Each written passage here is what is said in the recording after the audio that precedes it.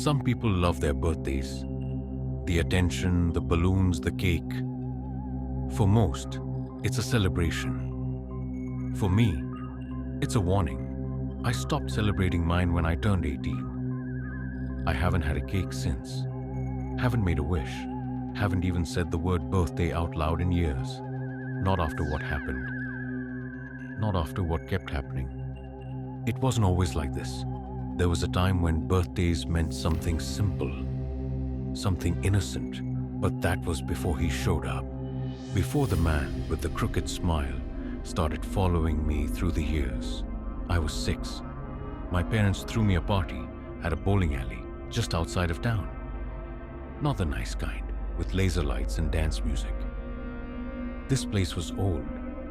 It smelled like warm rubber and cheap cheese. The carpet was that wild neon swirl design that tried to distract you from how sticky it was. I was wearing a glittery party dress and a plastic tiara that made my scalp itch. There were balloons, cake, even a clown. I remember giggling, chasing my friends around the ball return. At some point, I wandered off. I don't remember why. Maybe to find the bathroom, maybe just to be alone for a second.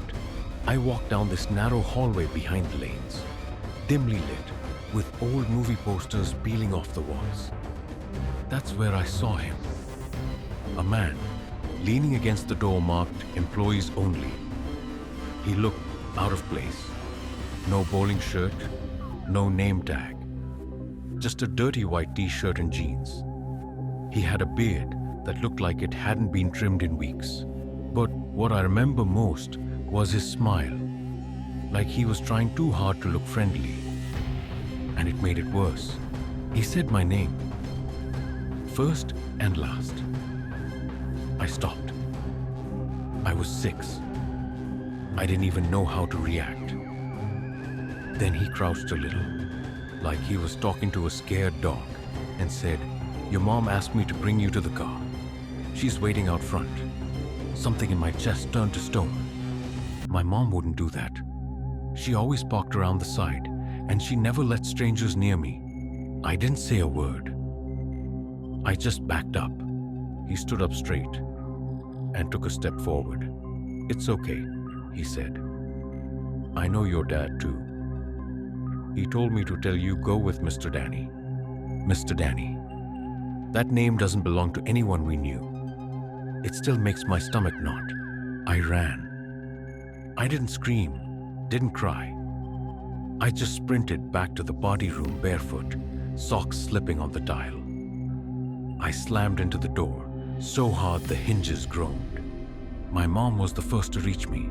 I clung to her like I was drowning, sobbing, trying to explain. The police were called, but the man was gone. No cameras, no witnesses.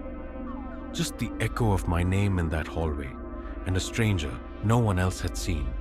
That night, my mom sat with me and made me memorize things. Our address, phone number, and a new rule. Never, ever go with someone unless they knew the code word. The code word was Sunbeam. It sounded silly at the time, but it stuck. I wish I could say that was the end. But the truth is, it was just the beginning. 6 years later, I was 12. Middle school awkward and too old for pony rides, too young for sleepovers with boys. I'd gone to the mall with my aunt for my birthday. Just the two of us. Lunch at the food court and a trip to Claire's for clip-on earrings. While she tried on shoes, I wandered to the bookstore next door. That's when I felt it. That crawling sensation on the back of your neck. Like someone's watching you from just behind your shoulder. I turned, and there he was. Older maybe. Same crooked smile. Same eyes that didn't blink enough. Holding a wrapped gift box with a shiny bow. He didn't speak. Just extended the box toward me with both hands. I backed away. I asked, "Who are you?" He whispered, "You forgot me again." I ran. This time I screamed. Shoppers turned. A security guard came. But by the time they checked, he was gone.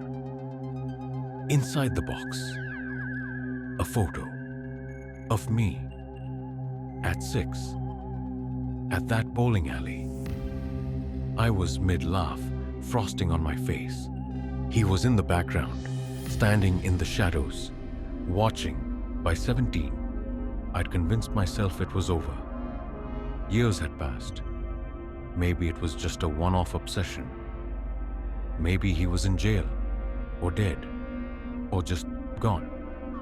That year I threw a party in our backyard. Small. A few friends. Music, snacks, a fire pit. We lived outside the city by then, backed up against forest. No neighbors for miles. It felt safe, until it didn't. Amanda, one of my oldest friends, tapped me on the arm. "Hey, who's that guy?" I turned. There was someone standing near the tree line. Hoodie pulled up, hands in pockets. Watching. My heart dropped. He didn't move. Didn't talk to anyone. Just stared. At me. We approached. Amanda asked, "Who are you here with?" The man tilted his head. Then softly he said, "Still no memory of me?" I froze. Amanda whispered, "Is this a joke?"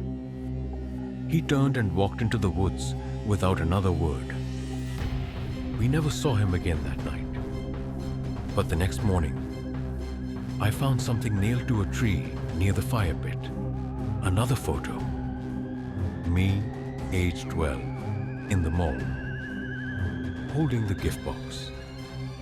This time, written on the back, 17 candles, still so forgetful. I stopped throwing parties, stopped telling anyone when my birthday was. I even changed it on social media. But the year I turned 22, my friends surprised me with a weekend trip. An Airbnb cabin in the mountains, off-grid, no signal. I tried not to let the anxiety show, tried to smile, tried to believe it would be different this time. The first night was perfect. Drinks, board games, bad horror movies. The second night, the power went out. We figured it was a fuse. Old cabin, bad wiring. Until we found the Polaroid on the kitchen counter. Fresh, still developing. All of us were in the frame, sitting at the dinner table. But the photo wasn't taken from inside. It was taken through the window. From the dark. That night, I didn't sleep. I sat in the corner with a knife, shaking. He never showed himself, but I knew he'd been there. Watching, always watching. I'm 28 now. I live alone. No pets, no roommates. I've moved 6 times. Changed my number. Deleted every trace of my birthday online. Last year, I took the day off work, stayed inside, didn't tell a soul. But when I went to check the mailbox the next morning, there was an envelope. No return address. Just my name, written in shaky cursive. Inside was a card. On the front, a cartoon cake. Inside, another photo. Me, sleeping, taken from inside my bedroom. The message written underneath. Next year, I'll blow out the candles for you. I bought cameras, installed alarms, bought pepper spray and a taser. Paranoia became my religion. 2 nights ago, I got an email. No sender, just a subject line. Happy early birthday. It had a single attachment, a video. I clicked it. It was security footage from my own living room, time-stamped the night before. It showed me asleep on the couch and him standing behind me for 13 full minutes, just standing, smiling, not moving. Then he leaned forward, whispered something into my ear, and walked out of frame. I couldn't hear what he said. I played it again and again. Finally, I got it. Sunbeam. The code word. The one I never told anyone. I don't know who he is. I don't know why me. I don't know what he wants. But I know this. He's still out there. Somewhere. Watching. And in 3 days, I turned 29. I haven't told anyone. Haven't planned anything. But I can feel it. That pressure behind my eyes. That weight in my chest. He's coming. I don't know if I'll survive this time. But if you're hearing this, if someone finds this story, please, don't celebrate your birthday alone, and never trust a man with a crooked smile.